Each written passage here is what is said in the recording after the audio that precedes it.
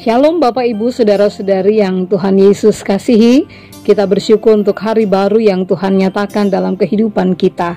Kita akan kembali membaca dan merenungkan firman Tuhan, di mana pembacaan Alkitab pada saat ini terambil dari kitab 2 Korintus pasal yang pertama, ayatnya yang ketiga hingga ayat yang ke-11 yang menyatakan, Terpujilah Allah Bapa Tuhan kita Yesus Kristus, Bapa yang penuh belas kasihan, dan Allah sumber segala penghiburan, yang menghibur kami dalam segala penderitaan kami, sehingga kami sanggup menghibur mereka yang berada dalam bermacam-macam penderitaan dengan penghiburan yang kami terima sendiri dari Allah. Sebab sama seperti kami mendapat bagian berlimpah-limpah dalam kesengsaraan Kristus, demikian pula oleh Kristus kami menerima penghiburan berlimpah-limpah. Jika kami menderita, hal itu menjadi penghiburan dan keselamatan kamu. Jika kami dihibur, maka hal itu adalah untuk penghiburan kamu, sehingga kamu beroleh kekuatan untuk dengan sabar menderita kesengsaraan yang sama seperti yang kami derita juga. Dan pengharapan kami akan kamu adalah teguh, karena kami tahu bahwa sama seperti kamu turut mengambil bagian dalam kesengsaraan kami, kamu juga turut mengambil bagian dalam penghiburan kami. Sebab kami mau saudara-saudara, supaya kamu tahu akan penderitaan yang kami alami di Asia Kecil. Beban yang ditanggungkan atas kami adalah begitu besar dan begitu berat, sehingga kami telah putus asa juga akan hidup kami. Bahkan kami merasa seolah-olah kami telah dijatuhi hukuman mati. Tetapi hal itu terjadi supaya kami jangan menaruh kepercayaan pada diri kami sendiri, tetapi hanya kepada Allah yang membangkitkan orang-orang mati. Dari kematian yang begitu ngeri, Ia telah dan akan menyelamatkan kami. Kepadanya kami menaruh pengharapan kami, bahwa Ia akan menyelamatkan kami lagi. Karena kamu juga turut membantu mendoakan kami, supaya banyak orang mengucap syukur atas karunia yang kami peroleh, berkat banyaknya doa mereka untuk kami. Demikianlah pembacaan Alkitab. Seseorang mengatakan kepada saya bahwa ketika kita menceritakan tentang keberadaan kita, tentang perasaan kita, atau tentang apa yang kita alami, maka secara tidak langsung kita juga menunjukkan kelemahan kita. Paulus dalam bacaan ini menceritakan bagaimana kehidupannya, persoalannya, penderitaan, pergumulan, bahkan kesengsaraan, dan rasa putus asanya. Kita bisa menyimak atau melihat bagaimana Paulus mengungkapkan kelemahan-kelemahannya.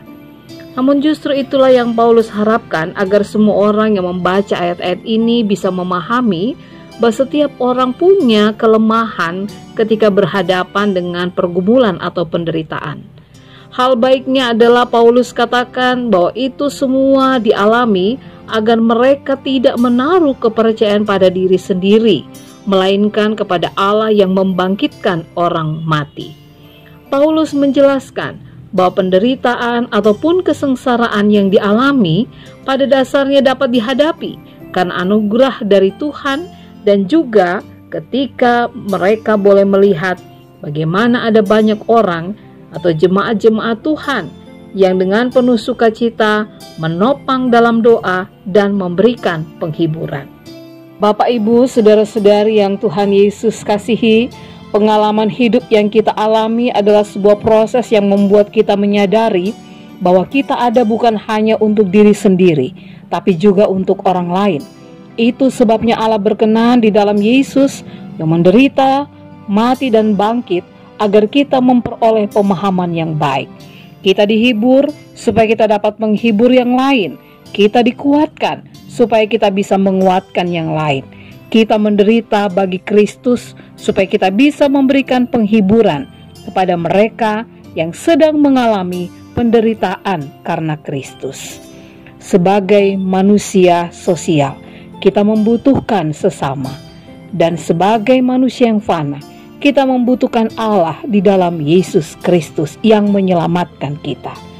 Mari memaknai setiap peristiwa kehidupan dengan melihat bahwa dengan saling menghibur dan menguatkan, kita akan mampu menghadapi setiap kelemahan-kelemahan kita.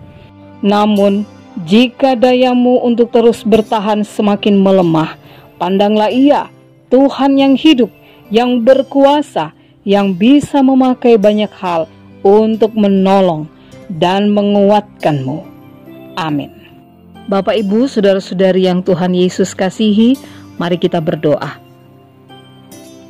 Allah Bapa di surga, Bapa yang sungguh mengasihi kami mengucap syukur untuk kekuatan yang boleh kami alami dalam hidup ini, bahkan setiap sentuhan cinta kasih dari sesama kami melalui topangan doa mereka.